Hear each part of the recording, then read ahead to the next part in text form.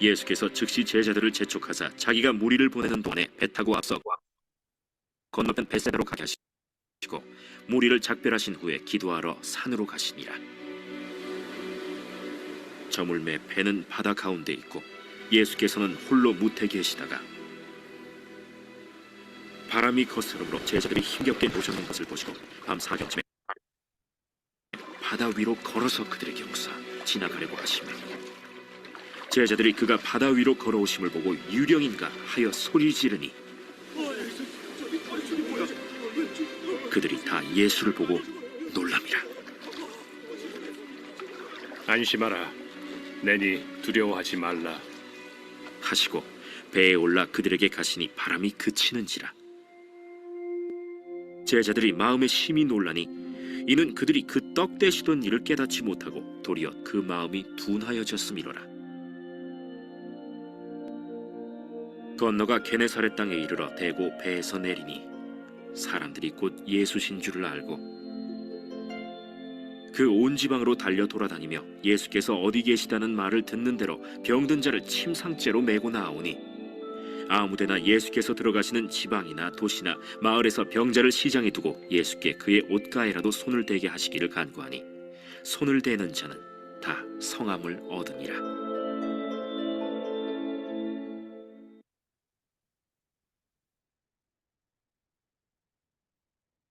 오늘 본문 말씀에서는 예수님께서 바다 위를 걸으시는 말씀입니다. 오병이어의 기적을 예수님께서 일으키셨습니다. 보리떡 5개와 물고기 2마리로 남자만 5,000명이나 되는 사람들을 먹이셨습니다. 여자와 아이들을 계산을 하면은 더 많은 숫자이겠죠. 한 2만 명 정도 될 겁니다. 예수님께서는 이러한 기적을 일으키신 후에 서둘러서 제자들을 배를 태워서 벳사다 지역으로 보내셨습니다. 예수님은 산에 올라가셔서 기도하셨습니다. 왜 예수님은 서두르셨습니까? 사람들이 예수님의 기적을 보고 왕으로 삼으려고 하는 마음을 가졌기 때문입니다. 제자들은 배를 타고 벳사다로 향하여 가다가 강한 바람을 만납니다. 바람 때문에 항해가 괴로워졌습니다. 바람 때문에 벳사다 지역으로 가지 못했습니다. 그래서 게네사렛 지역으로 방향을 틀었습니다. 여전히 바람이 불어서 그들은 매우 위험을 느끼게 되었고 고통스러웠습니다. 제자들이 어느 정도 힘들었는지 오늘 본문 말씀에 보면은요, 밤 4시경까지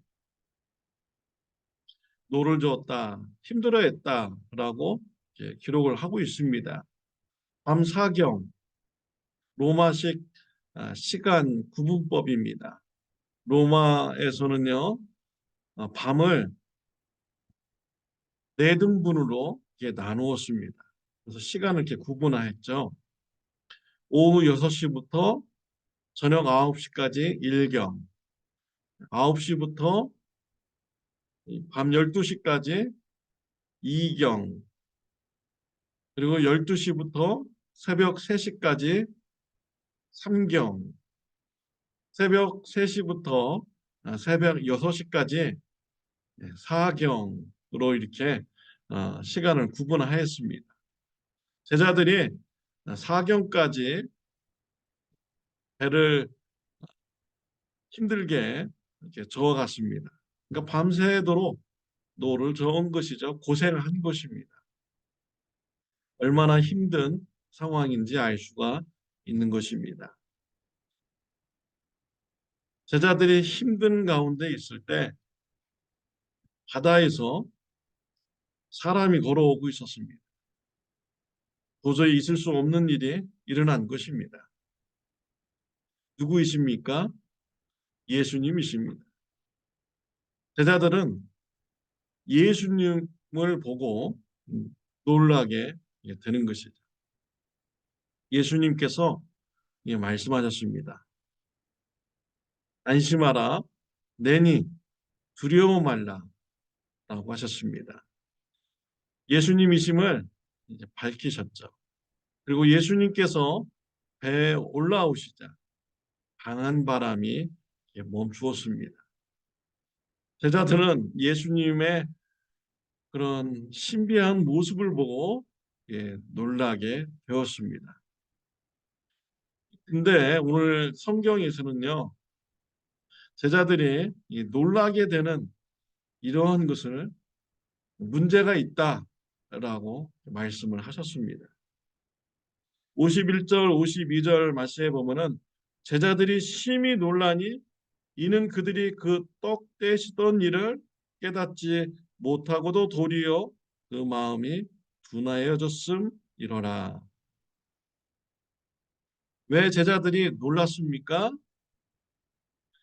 그들의 마음이 둔하여졌기 때문에 예수님의 모습을 보고 놀란 것입니다. 제자들의 마음이 왜 둔해졌습니까? 오늘 본문 말씀에 보면은 예수님께서 떡 떼시던 것을 깨닫지 못하였다. 그래서 그들의 마음이 둔하여졌다라고 했습니다. 오병이어의 기적을 일으키신 이 예수님, 그분을 누구인 줄 알아야 됩니까? 누구이신 줄 깨달아야 되겠습니까? 보리떡 5개와 물고기 2마리로 2만 명 가까이 되는 사람을 신비한 방법으로 먹였다면 사람이 아닌 것이죠. 하나님인 것을 깨달아야 되는 것입니다. 예수님이 바로 하나님이시다는 것을 알아야 되는 것입니다. 성자 하나님이신 것을 깨달았어야 되는 것입니다. 그들은 잊어버린 것입니다. 그리고 예수님께서 바다 위로 걸어오시자 놀라게 된 것이죠.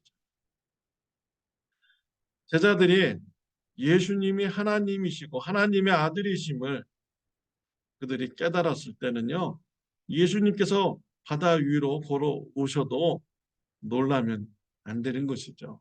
당연한 일로 받아들여야 되는 것입니다. 오늘 성경에서는 제자들이 완악한 마음을 가졌기 때문에 놀랐다. 이것을 문제 삼았습니다. 제자들의 마음이 완악해졌다. 이 단어는요, 상당히 심각한 단어입니다. 마가복음 3장 5절 말씀에 보면은 바리새인들의 마음, 완악한 마음을 말할 때 이 단어가 사용이 되었습니다. 바리새인들은 예수님께서 행하신 기적을 보았습니다. 근데 그 마음이 완악해가지고 예수님께서 성자 하나님이신 걸 받아들이지 않은 것이, 하나님의 아들이신 것을 믿지 않은 것입니다. 눈으로 보고도 마음을 완악하게 가져서 믿지 않은 것입니다. 제자들의 마음이 완악하다. 똑같은 단어로 사용되었습니다. 불신자의 마음이나 제자들이 예수님의 기적을 보고 또 잊어버렸고 예수님이 누구이신가를 잊어버렸을 때는 불신자들과 똑같은 마음이다 라고 오늘 본문에서는 지적해 주고 있는 것입니다. 하나님께서는 그렇게 보신다는 거예요. 우리가 제자들과 같은 마음을 가지지 말아야 되겠습니다. 하나님의 은혜로 삶 가운데서 하는 문제를 해결받음에도 불구하고 오늘 나에게 문제가 닥치면 하나님을 잊어버립니다. 하나님을 신뢰하지 않습니다. 하나님 앞에 나아가지 않습니다. 과거에 베풀어줬던 은혜를 다 잊어버리는 것이죠. 하나님이 어떠한 하나님인가를 잊어버리는 것입니다. 이런 마음을 가졌다면 불신자들의 마음과 똑같다라고 하나님께서 책망하시는 것입니다. 저와 여러분들이 어, 완악한 마음을 가져서는 안 되겠습니다. 오늘 나에게 문제가 닥쳐올지라도 과거에 나에게 은혜를 베풀어 주셔서 나의 문제를 해결해 주신 하나님, 나를 지켜주신 하나님, 나를 항상 좋은 길로 인도해 주신 그 하나님, 그 하나님을 우리가 신뢰하고 믿으며 또 기도하는 하나님과 교제하는 삶을 살아가는 자가 믿음이 있는 자고 하나님이 누구이신지를 아는 자가 되는 것입니다. 오늘 예수님께서 바다 위를 걸어오시고 제자들의 배 위에 올라갔을 때 안심하라, 내니 두려워 말라라고 말씀하셨습니다. 우리 예수님은 누구이신가요?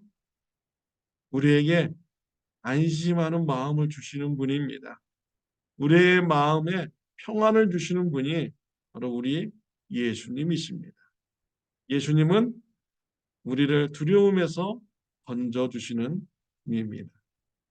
예수님은 우리의 죄를 사해 주시고 우리를 죄에서 심판에서 구원하여 주신 분입니다.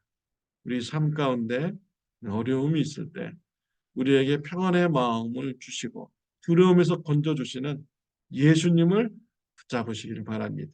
예수님의 이름을 붙잡고 기도드리시기를 바랍니다.